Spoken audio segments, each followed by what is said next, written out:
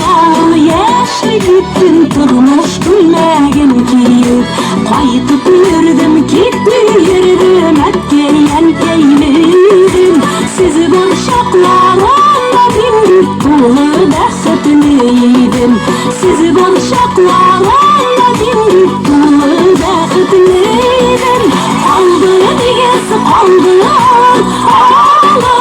ağlamaranları bulsun ken ömür boyu kederden tuğanları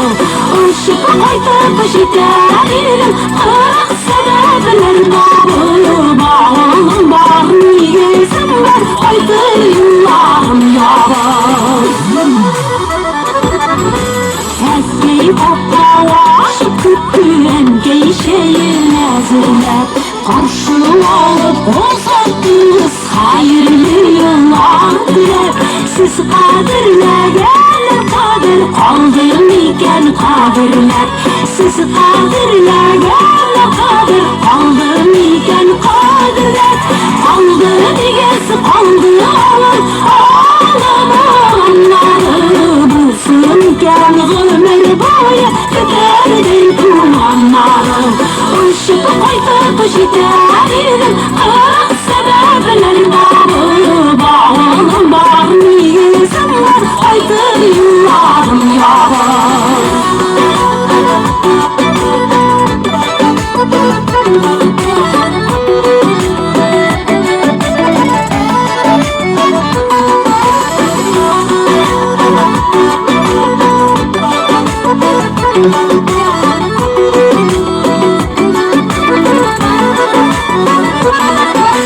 Siz bu fani dünyalarına üzülüp riske alam Üzülüp sağlarına mallar jırlarga salam Üstemiyor bizlerimden günden gün ağayam Üstemiyor bizlerimden günden gün ağayam Kaldı digesi kaldı ağlamaranları bulsun ken ömür boyu kederden tuğanları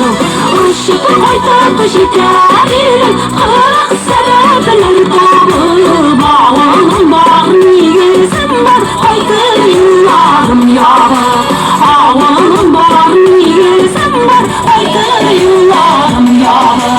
Qaytır yıllarım yağır Kazaristan'dan Başkırtları kalan artistisi Namlu sandıbaşımız Zülfiye Şakirova